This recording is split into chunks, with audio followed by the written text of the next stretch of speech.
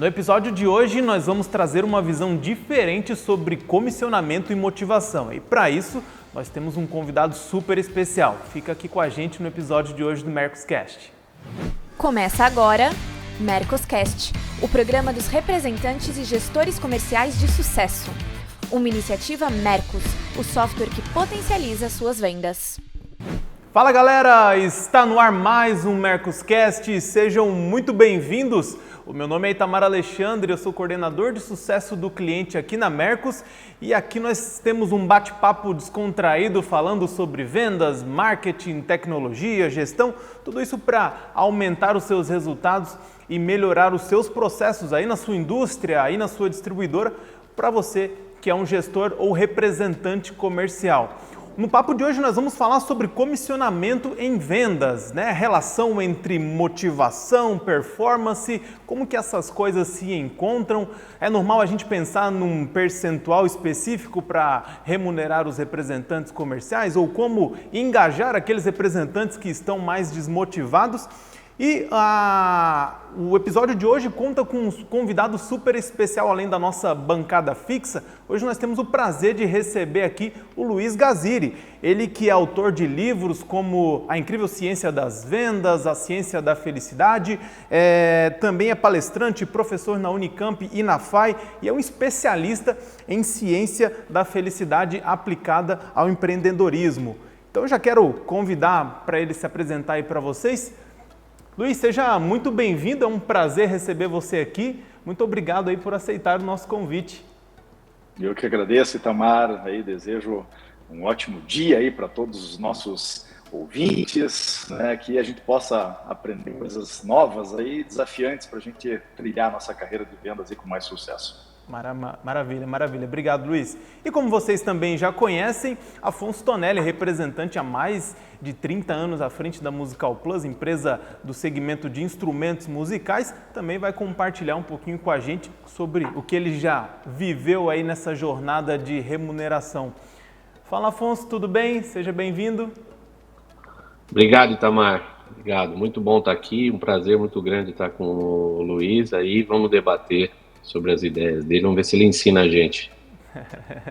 Legal, Afonso. E também o Marcelo Caetano, que é palestrante, autor de livros, sócio da Venda Mais, acompanha de perto aí o dia a dia de gestores e empresas espalhadas por esse Brasil. Com certeza já viu muita coisa sobre remuneração e sobre comissionamento, vai conseguir compartilhar um pouquinho da experiência dele com a gente. Fala, Caetano, tudo bem, meu amigo? Como é que tá, Itamar? Tudo bem? Prazer demais estar aqui com o Afonso e com o Gaziri. O Gaziri é um cara que eu gosto demais. E você vê que o Afonso já passou o pano ali pro Gaziri, porque ele falou, se esse Gaziri falar de diminuir comissão, ele tá morto. Então ele já elogiou o Gaziri, já falou, vou aprender muito com você hoje, pro negócio começar já botando uns panos quentes, né? O Gaziri já foi preparado pelo Afonso. Ó, não vem de graça pro meu lado, não. Prazer demais estar aqui com vocês. Maravilha, hoje promete. Bom, gente, antes da gente entrar na nossa pauta, 2 pedidos rápidos aí para você. Se você ainda não é um inscrito no nosso canal do YouTube, se inscreva, assim você não perde nenhum dos nossos novos conteúdos, assine as notificações, porque você fica por dentro de que a cada 15 dias nós temos um novo episódio, mas semanalmente a gente divulga alguns conteúdos em um formato menor que você pode consumir também. E também não deixe de seguir a Mercos nas nossas redes sociais, basta você procurar por @mercosoficial e você fica antenado por todas as novidades que a gente vem lançando, tá legal? Mas bora pro papo de hoje e eu já quero começar ouvindo o Gaziri. Gaziri, por favor, se apresenta e fala um pouquinho para a nossa audiência sobre essa sua jornada e como você se consolidou dentro, né, do segmento comercial, falando principalmente sobre essa relação entre motivação e performance e sobre, né, os estudos que você fez até o momento. Muito bom. Eu fui executivo durante 16 anos, né? Então trabalhei em diversas empresas, desde multinacionais até empresas familiares. Grande parte dessa minha carreira de 16 anos no mercado executivo foi na área de vendas, então trilhei ali desde vendedor, supervisor comercial, gerente regional, gerente nacional, né? E há 10 anos atrás é que eu fiz uma mudança e comecei a empreender. trabalhando também, né, com consultoria na área de vendas, também dando palestras, escrevendo livros, dando aulas na universidade sobre vendas. Então, tenho uma carreira aí de quase 30 anos aí nesse mercado, conheço bem de perto. Hoje em dia, né, como consultor, eu tenho uma oportunidade gigantesca que eu não tinha na época que eu era executivo, porque quando a gente é executivo, a gente trabalha em uma empresa só, né? Quando a gente trabalha com consultoria, eu tenho a oportunidade em um ano, né, de dar ali com 5, 6 projetos de consultoria, então eu estou dentro de 5, 6 empresas ao mesmo tempo, então isso me traz uma cancha bastante interessante, né? Mas eu acho que o grande divisor de águas para mim, quando eu era executivo, né, que me fez mudar da área executiva para a área da educação, né, onde eu estou aí nesses últimos 10 anos, foi a leitura de um artigo científico, né? Eu trabalhava com vendas, eu era supervisor regional, e eu queria aprender sobre motivação um pouquinho mais, e eu digitei lá no Google uma vez motivation, né, motivação em inglês, e li um artigo científico pela primeira vez, e aquele artigo científico me mostrou coisas sobre motivação que eu não tinha a mínima ideia de como que eles funcionavam, né, esses fatores motivacionais.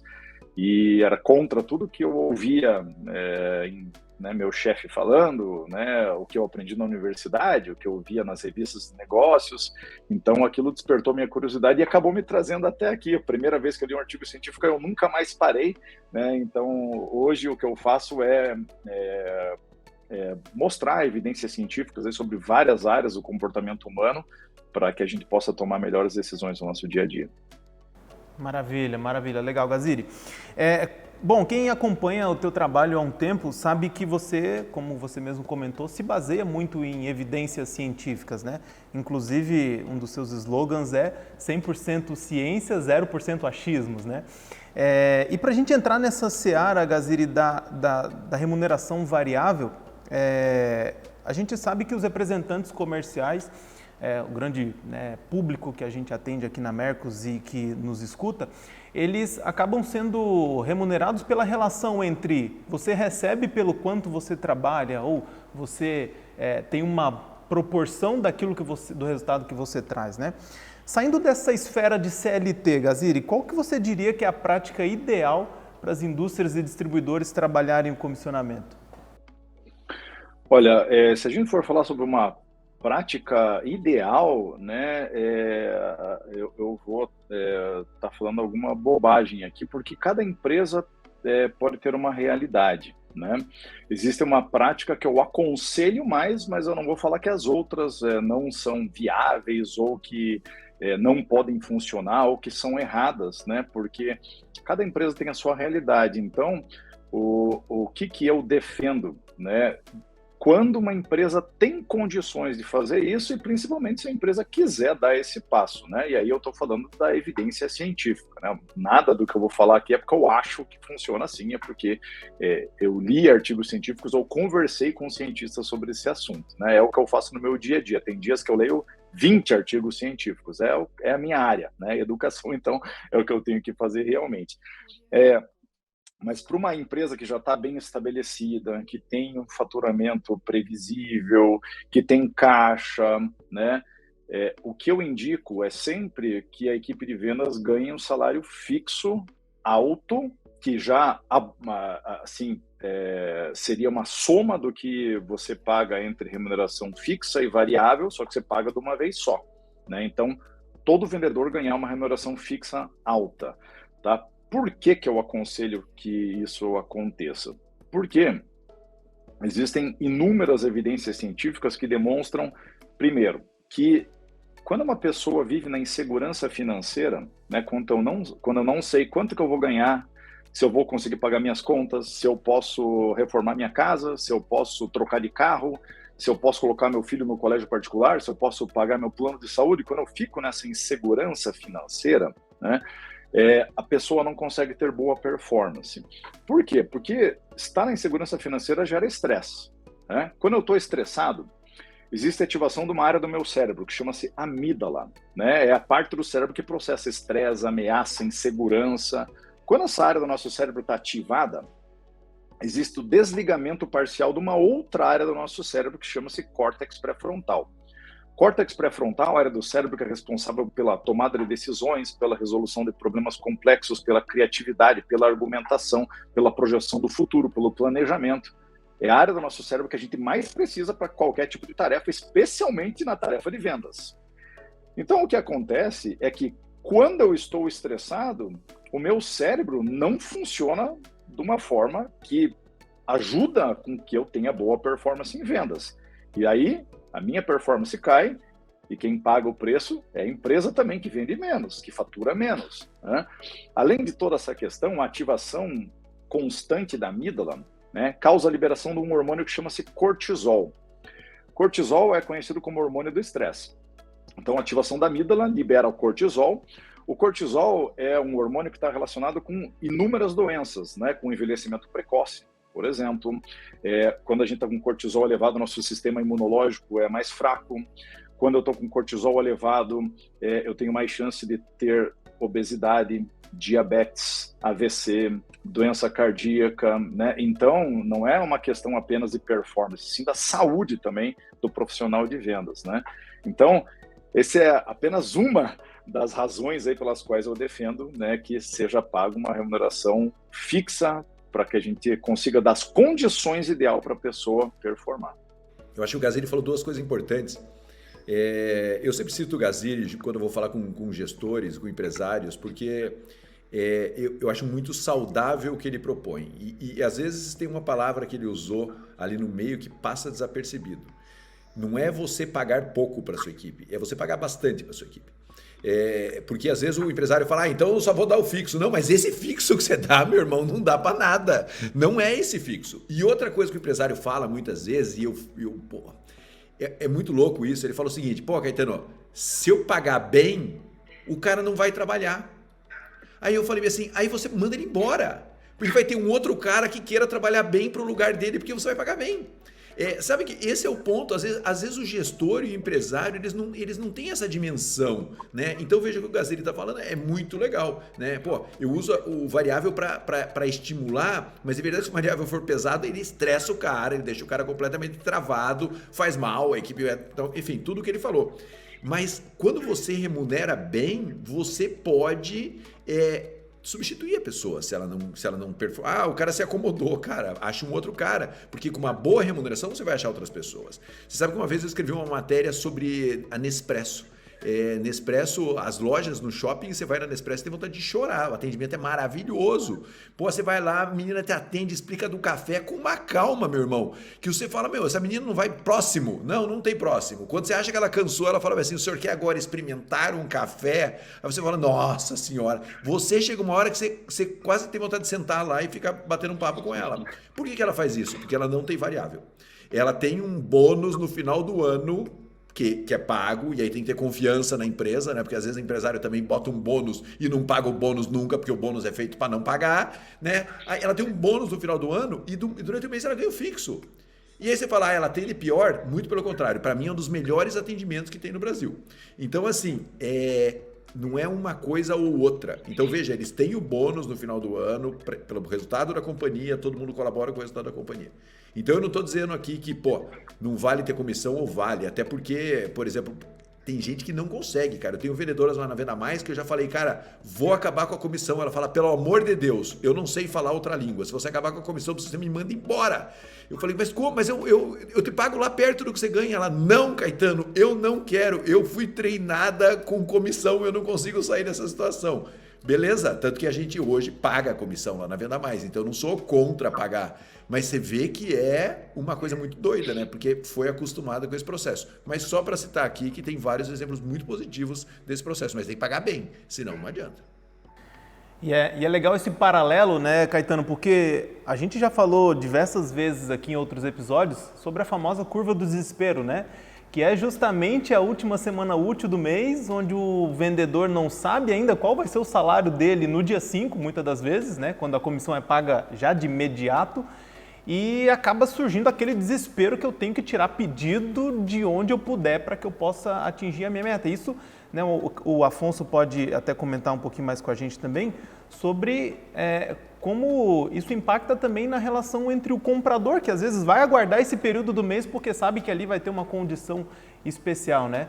Então, Afonso, queria que você comentasse um pouquinho para a gente sobre os modelos de comissão que você já vivenciou aí e até mesmo quais são as principais vantagens e desvantagens aí que você enxerga. Bom, o meu mercado, como a maioria, é um mercado de final de mês, né? Infelizmente, eu trabalho com 9 representadas hoje e praticamente as ações são pouquíssimas as empresas que têm uma política comercial que é fletada para o mês todo, né?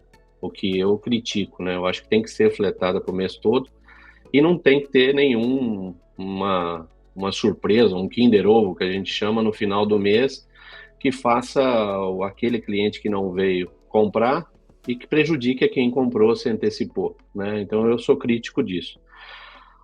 Agora, bom, eu estou no comércio há 45 anos, então eu, sinceramente, eu tô com o teu livro para ler, viu, Gazili? Eu não li ainda, eu tô com ele comprado aqui, que um outro colega nosso aqui num programa indicou, e eu não li ainda. Mas eu sou um cara que eu vivo de comissão, eu cresci no meu negócio indo atrás de comissão. O que eu critico em comissões é ser as comissões fixas. Eu tenho comissões fixas com todo mundo. Então, o meu gestor ou os meus gestores falam, você quer ganhar mais? Vende mais. E aí vem tudo que o Gazili está falando, que é a relação disso com o estresse. Se você falar para mim o que é o meu final de mês, com 9 representadas e 10 pessoas na minha equipe e 360 clientes ativos, você deve imaginar o que é isso. Isso porque eu vendo instrumentos musicais. Se eu vendesse autopeça e tivesse uma região sul para atender, eu estava louco, né? A verdade é que a pressão é muito grande, né, de todos os lados, e eu costumo dizer que eu aprendi a trabalhar sob pressão, mas isso é muito estressante, né? É muito, muito desgastante para mim, né, receber essa pressão, né, e repassar essa pressão. A minha equipe é uma pressão intensa. Então, eu vendo a explanação aí do Gazili, eu entendo que isso seria fantástico eu saber o que eu vou ganhar nos próximos meses. O que eu me considero um vitorioso no meu negócio como representante comercial sempre foi criar uma carteira para criar essa estabilidade que o Gazili está dizendo que uma remuneração fixa não nos daria. Então eu tenho lá 3, 4 meses de saber mais ou menos o tanto que eu vou ganhar. Mas se tiver uma inadimplência, uma crise, um impacto grande no dólar, sei lá, alguma coisa que faça cair 20%, 30% minha venda, automaticamente minhas comissões caem. Então isso é estressante, né? Seria maravilhoso, obviamente, se a gente tivesse. Mas eu confesso que eu tenho um pouco do medo do que o Caetano disse ali, do comodismo. Eu tenho representantes dentro da minha base que, por ter uma carteira de clientes teoricamente grande e eles se conformam com aquilo, ficam acomodados, né? E isso mesmo sendo variável, né? E eu fico me perguntando se ele tivesse fixo, como é que eu motivaria? A única coisa que dá para fazer é o que vocês falam. Vamos demitir, vamos trocar e vamos achar alguém comprometido. Porque se eu, Afonso, sou comprometido em trazer resultado com uma venda variável, por que eu não seria com uma venda fixa, com uma renda fixa, né? Eu penso assim também, concordando com você. Mas eu tenho dificuldade, confesso, de aceitar uma renda fixa. Eu queria entender, aí já vou para as perguntas, o que você, implantando, né? Por exemplo, eu gosto de colocar para a minha equipe, Gazili, uma renda variável, mas com degraus, né? Aonde ele consegue ganhar mais se ele vender mais, se ele bater positivação, se ele bater mix, se ele bater 2, 3 pastas de meta. Ou seja, eu tenho uma frase comigo que eu gostaria de que eu faço com a minha equipe, que eu gostaria que fizessem comigo. Ninguém faz isso comigo, ninguém me dá 5% a mais de comissão, se a minha comissão é 5%, me dão 5,5%, ninguém me faz isso se eu atingir metas. Eu acho que eu renderia melhor Eu sou um tiozão, então eu não consigo enxergar.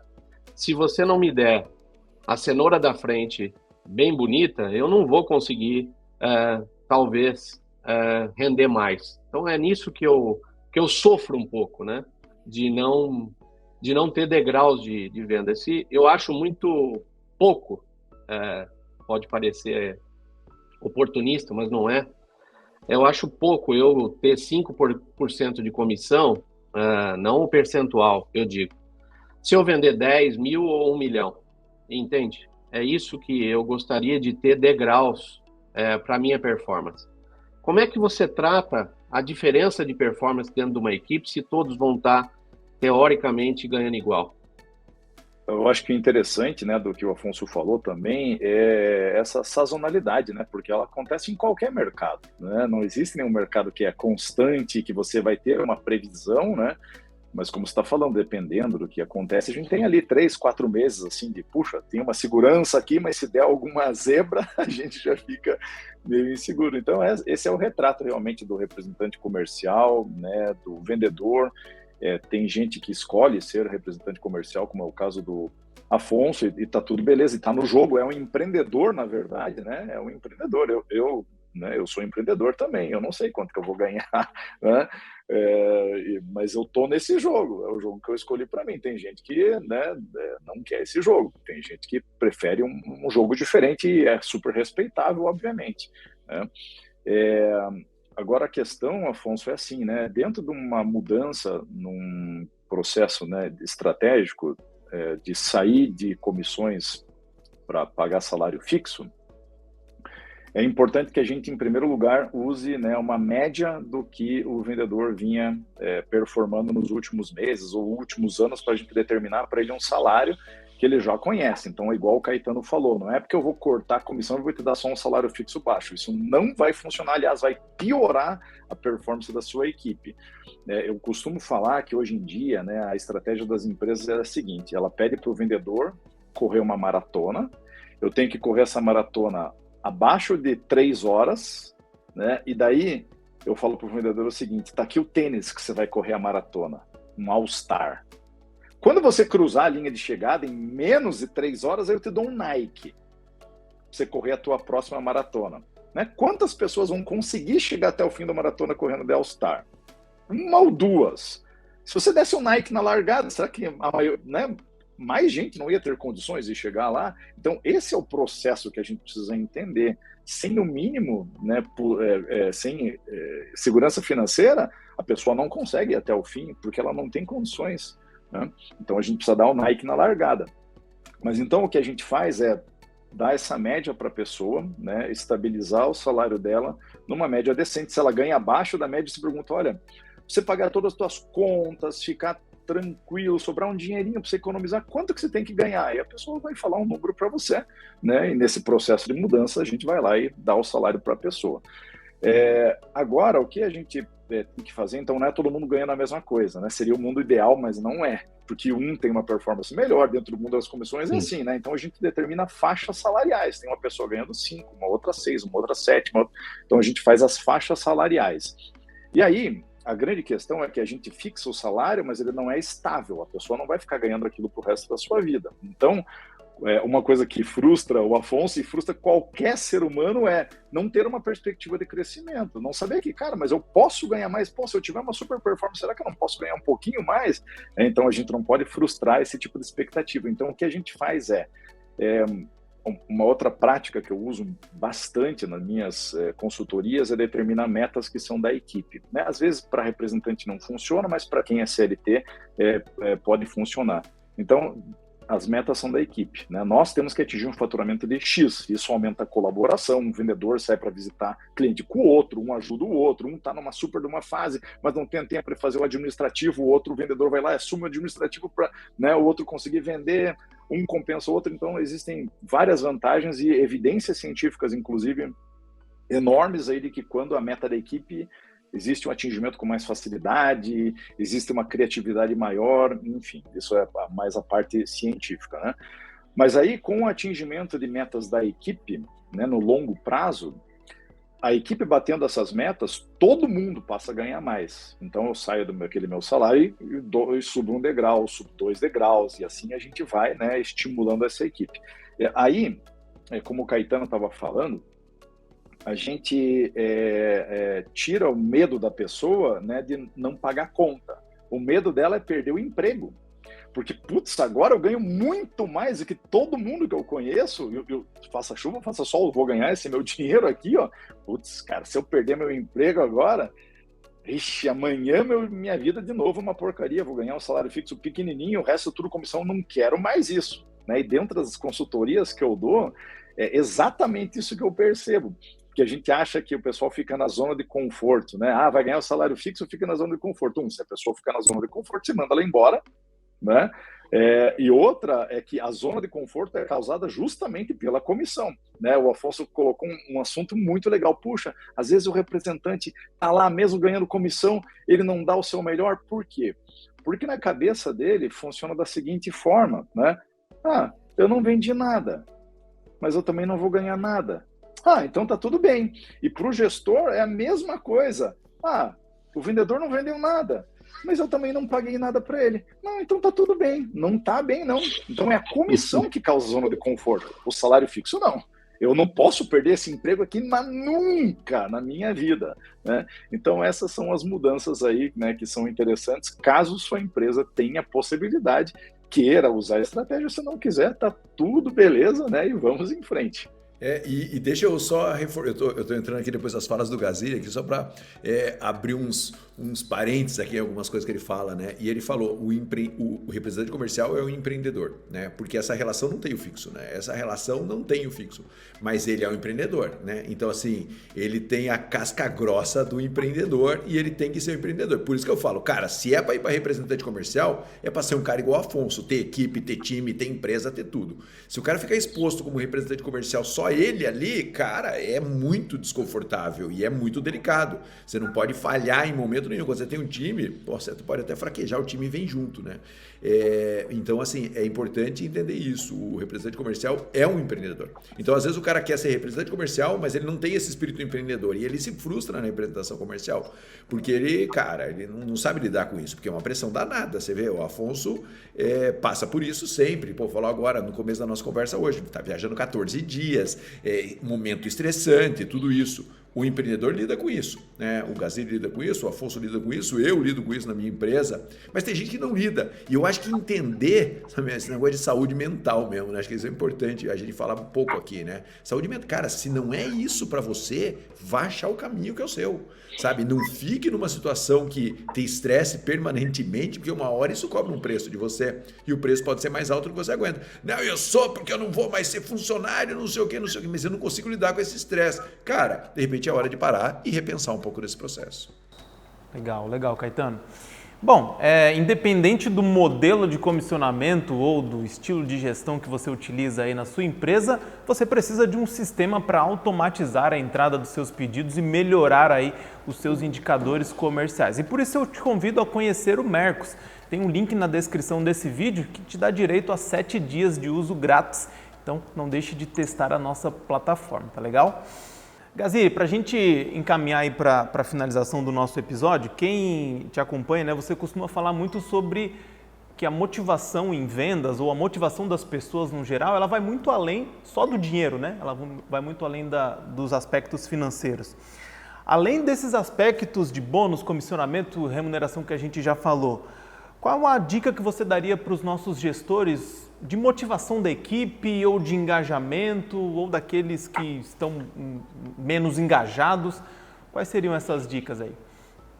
Muito bom. Eu acho que, em primeiro lugar, né, quando a gente fala de comissionamento, dinheiro, né, o importante é as pessoas entenderem o seguinte, que não é que dinheiro não motiva as pessoas, né? Dinheiro motiva, sim, as pessoas. A questão é, será que motivação traz performance? Essa é a confusão que o pessoal faz. O pessoal acha que é o seguinte, muita motivação leva a uma performance superior. Isso não é verdade. Existem inúmeros estudos científicos que demonstram o seguinte, quando uma pessoa está muito motivada, essa motivação supra-ótima, que o pessoal chama, né?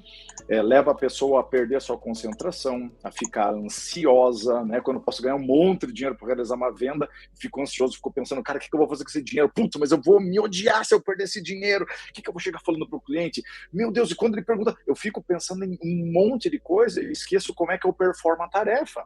Como é que eu apresento o meu produto de uma forma bacana? Então, o problema do dinheiro não é que ele não motiva. O problema do dinheiro é que ele motiva demais, né? E a pessoa, quando está muito motivada, tem uma perda de performance. Então, esse é o problema. E aí, o que a gente precisa fazer é trazer o vendedor para uma motivação ideal, né? Então, o salário fixo traz, para mim, uma motivação ideal.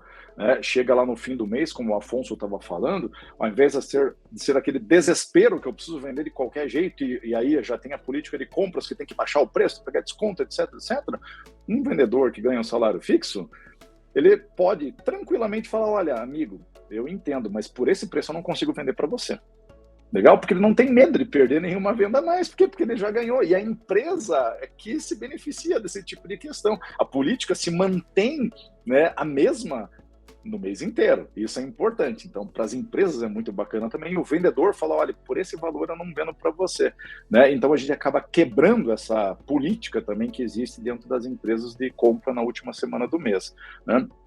Mas tirando essa questão, né, dinheiro e etc., a gente tem que entender que motivação é composta por 3 fatores, tá? Isso é a teoria motivacional mais robusta que existe, chama-se teoria da autodeterminação, é do Edward Deci e do Richard Ryan, são os 2 maiores cientistas de motivação do mundo.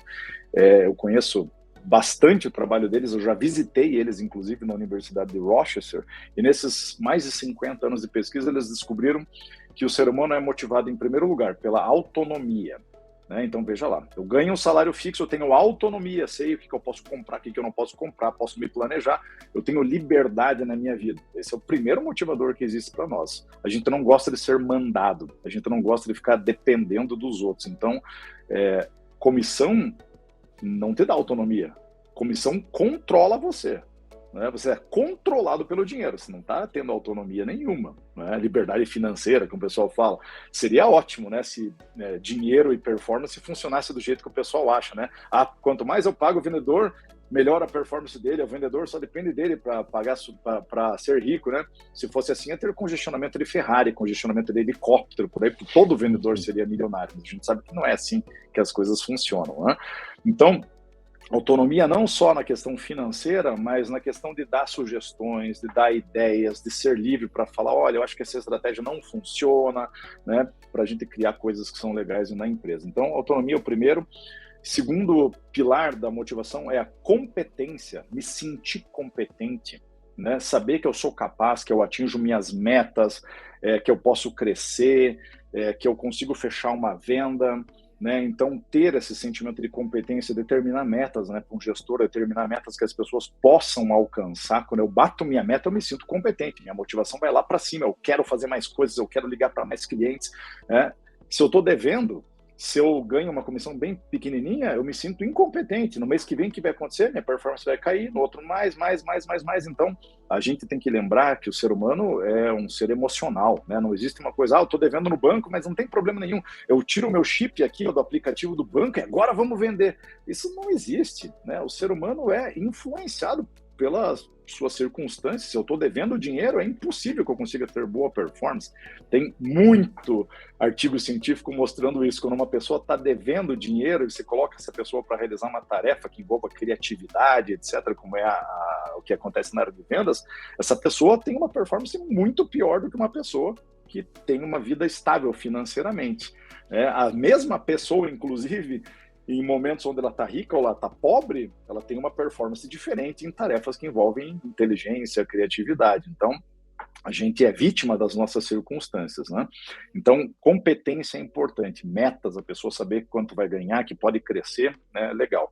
E o terceiro são os relacionamentos, fundamentais aí para a nossa motivação. Então, a gente conseguir se dar bem com os outros, conversar bem com os nossos clientes, com os nossos familiares, com os nossos colegas de trabalho, né, fundamental. Infelizmente, hoje, a maioria das empresas, né, ao invés de cultivar os relacionamentos dentro da empresa, as empresas querem estabelecer uma competição saudável, né? Elas vão lá, fazem ranking, elas vão lá, dão comissão, daí elas dão prêmio só para quem é melhor e os outros não ganham, né? E aí, o que eu estou causando? Eu estou causando um ambiente de trabalho onde eu não posso ter o direito de me relacionar com alguém lá da área de vendas, porque eu estou competindo com ele, porque eu tenho que ser melhor do que ele, porque se eu puder trapacear ou invadir a região dele, eu vou fazer, porque eu que tenho que crescer aqui.